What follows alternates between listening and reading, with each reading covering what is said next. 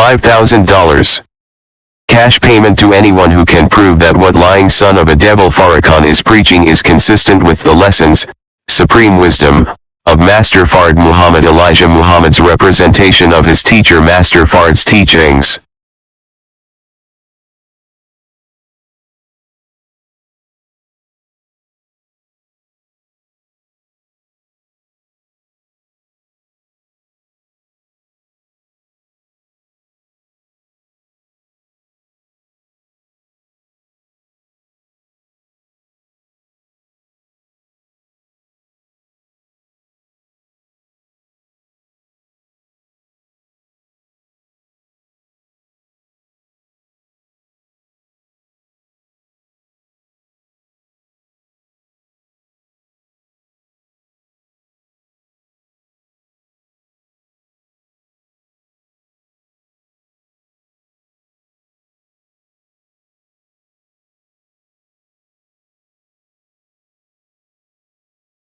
Assalamu alaikum, sisters and brothers. Imam Rahim here. So cut it, break the 7 seals. And brothers and sisters, how come they don't step up and take that 5,000?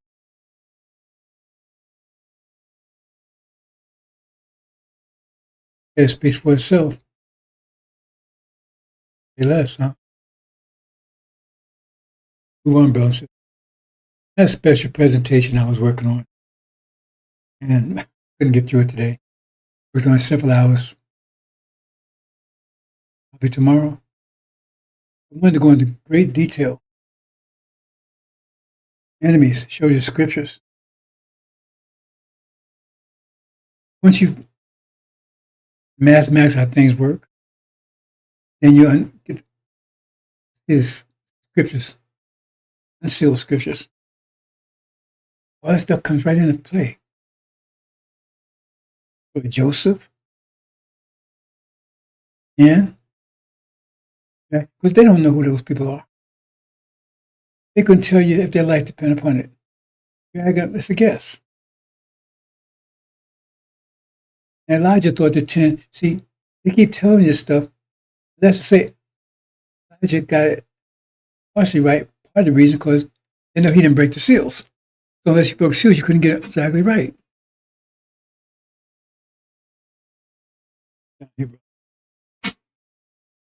Because he said the 10 horns was Central America. I think that's a message to the black man. Probably fall America, maybe. He said Armageddon was take place in the 1970s. He said America got an extension because their end was 1914. Now, I don't think he got that from Master Muhammad. I know the Jehovah's Witness taught that. They taught the war. They said the end would come. Armageddon was in 1970 also. What they did was that they said this generation, and they calculated generation 64 years. Isn't that right? Yeah, 64 years. That's the way the witness calculated. Apparently Elijah was on board with that because he couldn't know. I don't know the exact date. The only one who knew that's Master Muhammad. They said 1914 was the end of this, based on their calculation. The witness, they said, and they had 64 said, which 1970s. In 1970, when Jesus could return. And if you study the Jehovah's Witness movement, right, in the 50s, 60s, man, they was like popping. It was popping. You had two conflicting things. If you was either Jehovah's Witness or you was with Elijah Muhammad.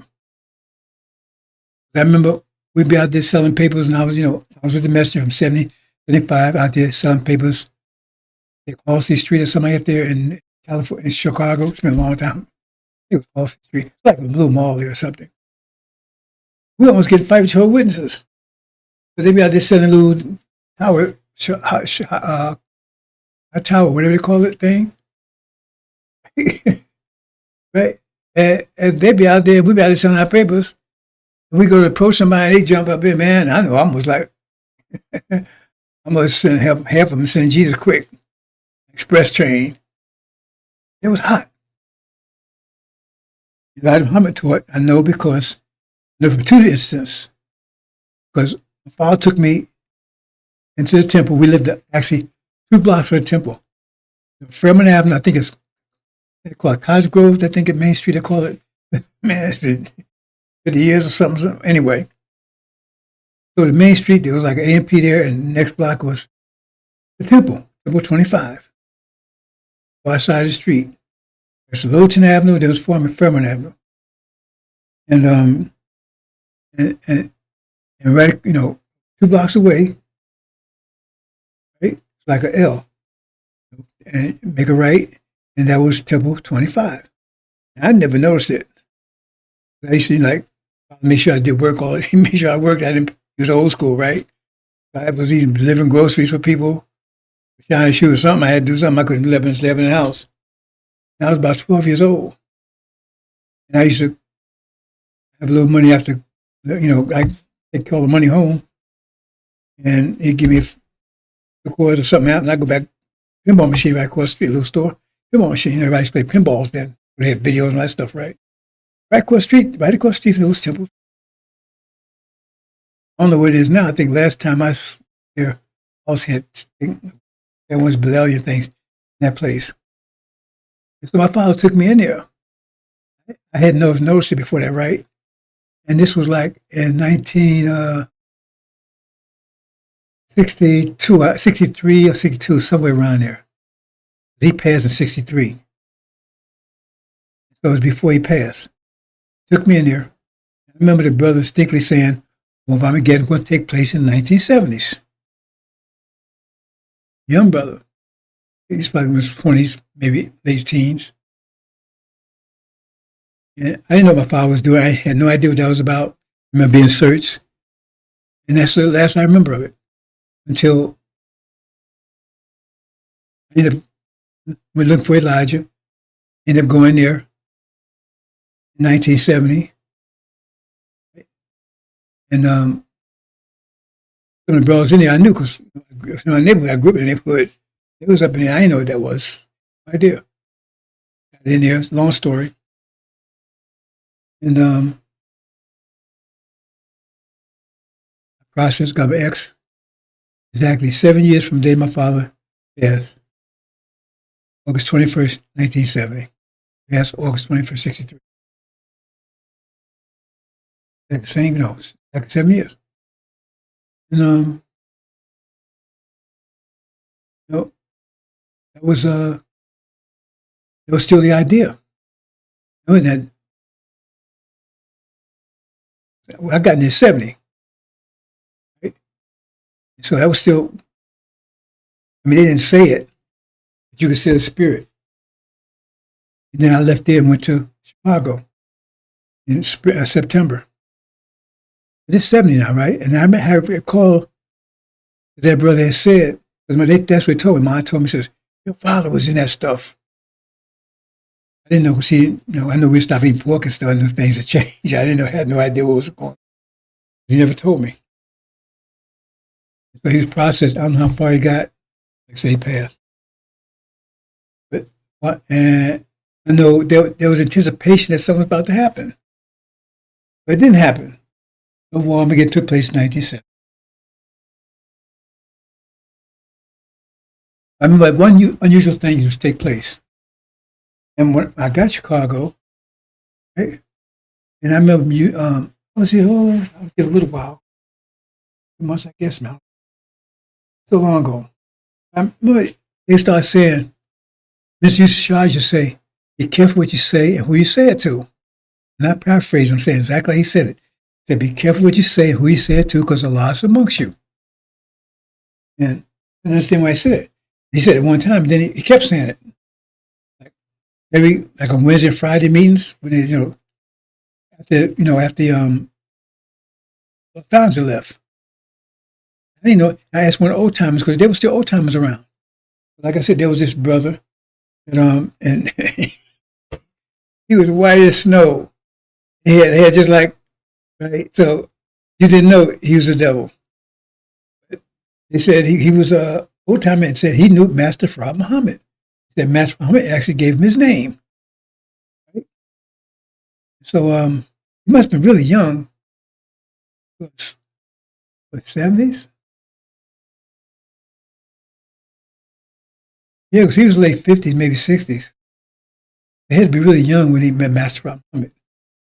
He used to be, well, he used to be overt, man. You know, like, I guess he was trying to make sure everybody knew he was, he was really black, right? He was, you know, I'm telling you, you didn't know. That's what he says. Father was black or something. I don't know what. He was original. He wasn't an introverted over because he hollered like more than anybody else. So I guess everybody looked at him kind of, back in those days, boy, you talking about white people, our brothers, man, you get your hair cut off. Hear that crap. Or this is this. So and the brother's name was Supreme Allah. Supreme Allah. You got the name from Master Fard Muhammad himself? Yep. Supreme Allah. Whoa, the name. You can't get a name better than that one. I thought about that name when I got my sitting. I ain't gonna go there. You know, I'll let Master Fard give you that name if I get a name like that. Supreme Allah. The brother's name. If you met him, walked to him, you'd say he's a white boy. No. His name was Supreme Allah. Yes, he said no. He said they never said it before. I said they started saying that recently. You know what he says? I don't know. He just keeps saying, be careful what you say. We saying it too because Allah is amongst you. Take that back. Well, it's not too many people around it was back there. Yeah, that was one strain. And I asked, you know why he's saying that, brother? I said, he been saying all the time. No, he just started saying that. Whatever that means. Get back, you know. Some heavy times coming, brothers.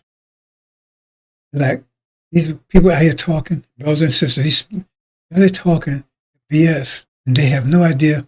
That's what it says most grievous chastisement. And I say these words, I know these words don't mean anything to you. Because we taught not to pay attention to words, except if they're against us. Think about it. If you teach, in our the Quran tells you that too. In our world, words mean something. You say something, words mean something. They back something. I mean, you don't say something. People threaten you. They don't argue with you. They say something. Words bond and bonds life. And I give my life for the word. So, words, in this world, words don't mean anything. Somebody says something loud all the time, or they and the Quran, even when you what they call it,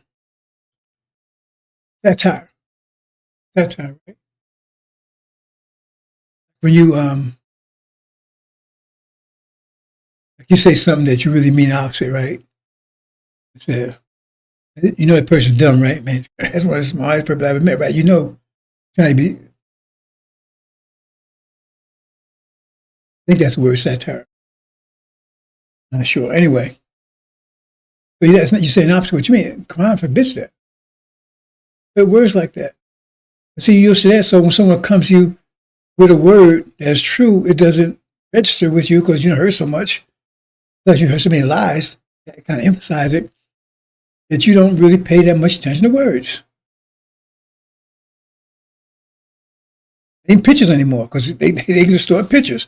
Used to be pictures speak 1,000 words, not anymore. You can't believe pictures anymore. You can't believe anything. Why do they teach you that? Because the truth will not have the impact it would have had if you believe in words and you believe in pictures.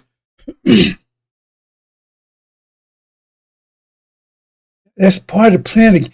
Everything is against you, brother. So that's why it says you have to be like a God. You have to be a God to get through all this. But you're not listening to me.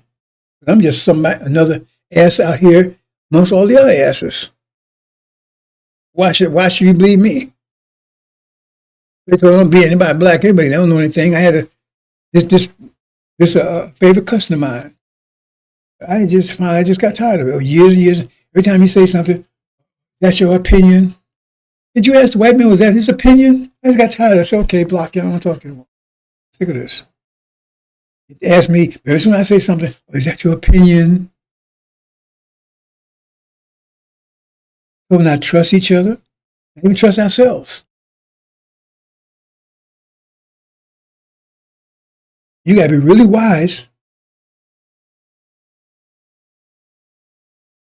to put this together. It's like people read the scriptures. They don't read the scriptures for direction. They read the scriptures for confirmation. They look for some scripture that confirm the bullshit they want to do.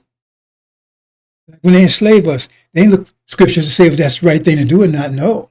They looked at the scripture to find justification for what they was doing. And you don't understand any of this. Because if you did, you'd be shaking your pants. You'd be shaking your panties, your drawers. You'd be shaking. If you understood what I'm saying to you. But you don't. But you're not supposed to.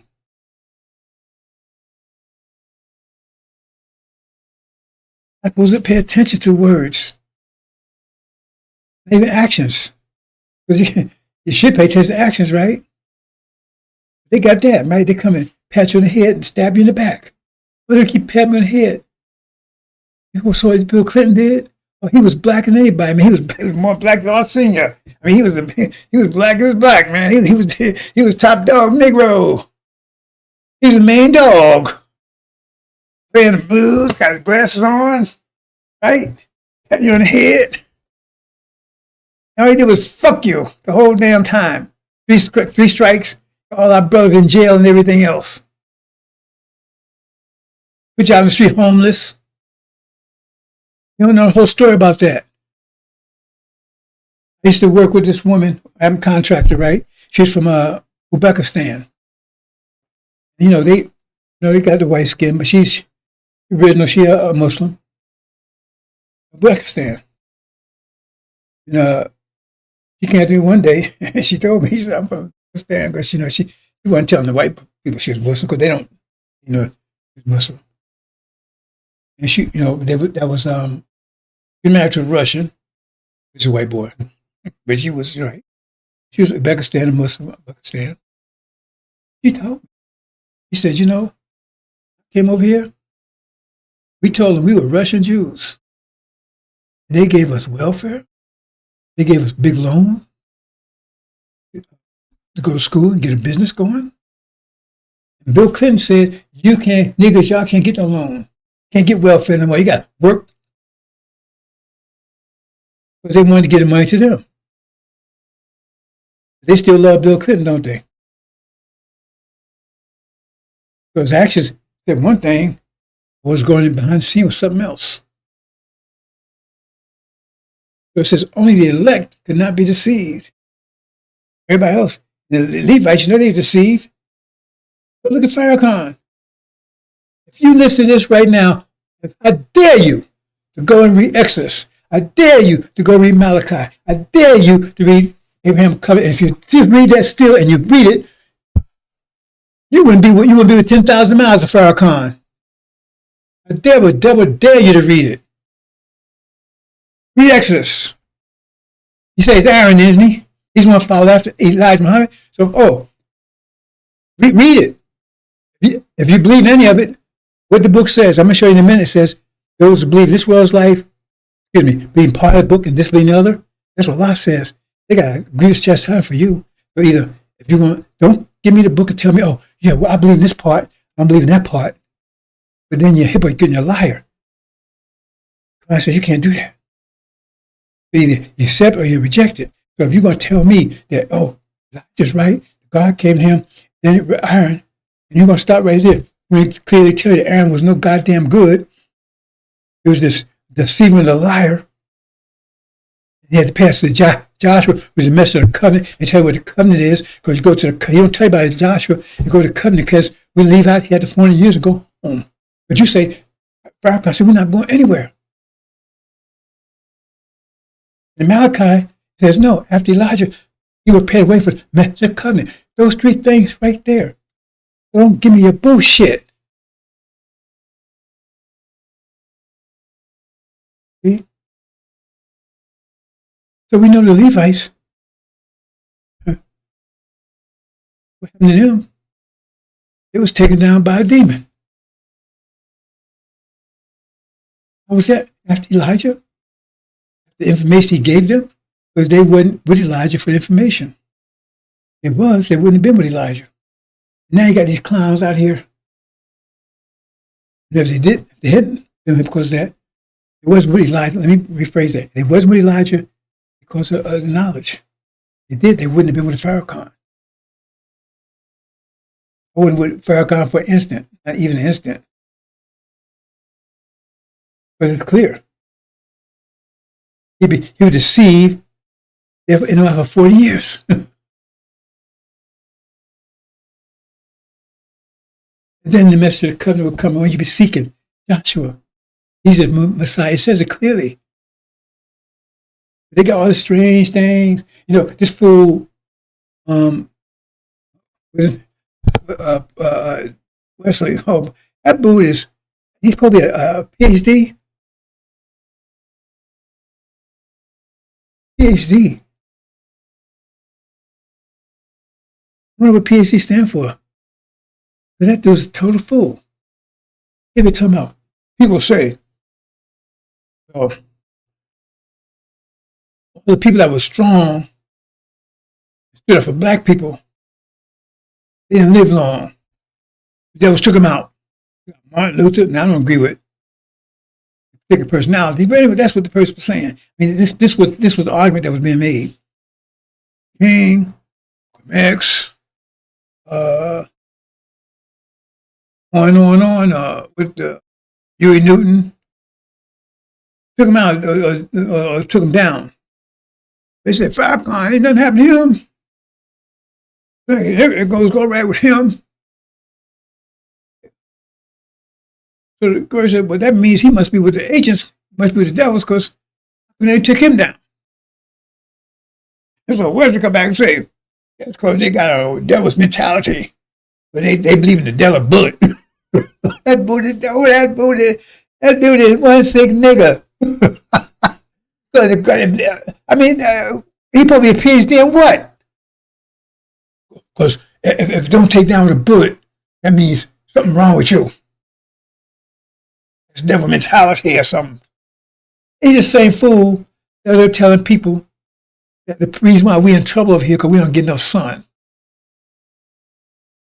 What's he a doctor of? Doctor who? What's he doctor? I'm saying, okay, well, if that's the situation, then we should be heading back to Africa then? But we ain't going nowhere. That dude's a certified idiot. Certified. I wish you would step to me with your PhD.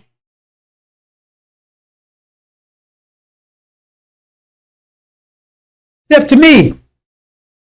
I didn't finish high school. I didn't finish freshman, ninth grade. I dropped out of ninth grade. Step to me. Anywhere you want to come. Mathematics, science, physics,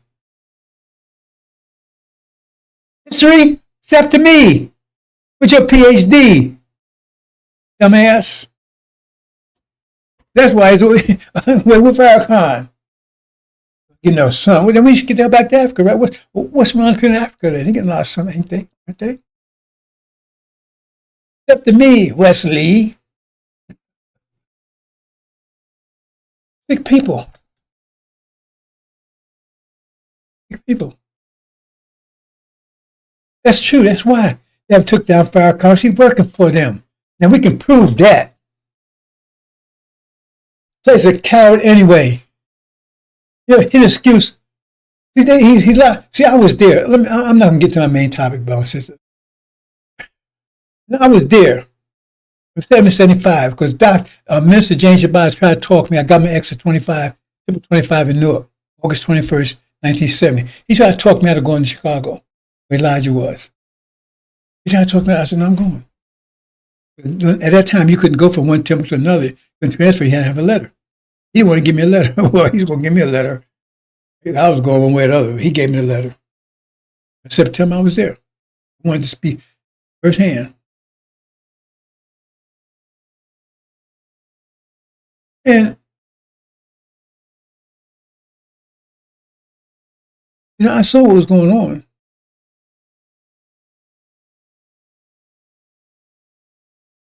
I saw the inconsistencies of things that people were saying.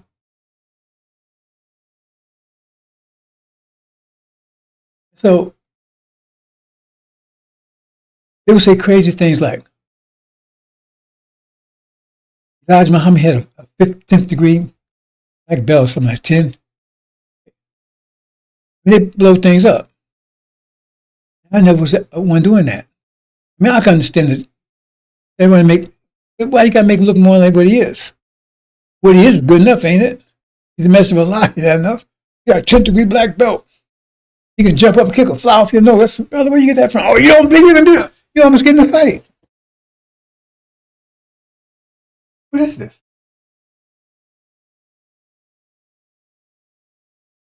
See, I focus on Elijah. If I focused on that, I wouldn't stay there.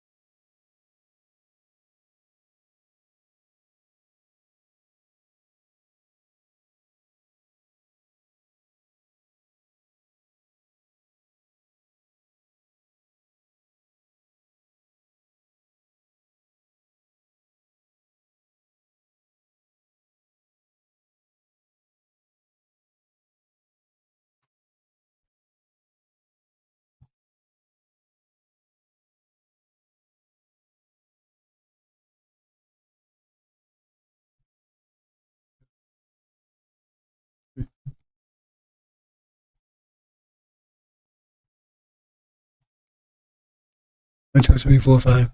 1, 2. Okay, bro. So I'm gonna have to stop this and restart. My sound went out. I don't know how. I bought a new microphone and I just went out. Been out for a while. I didn't realize it. And I guess nobody's watching. There's no one sent in. That hey, sound is out. If you hear me, somebody go to another microphone.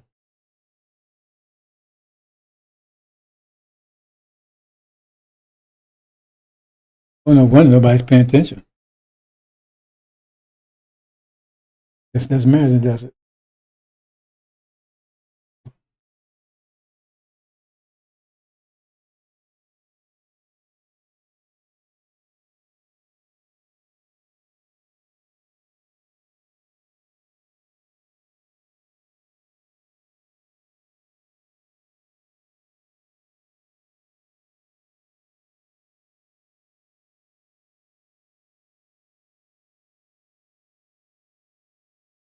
Okay, I'm gonna have to start a new microphone. I don't know what happened here.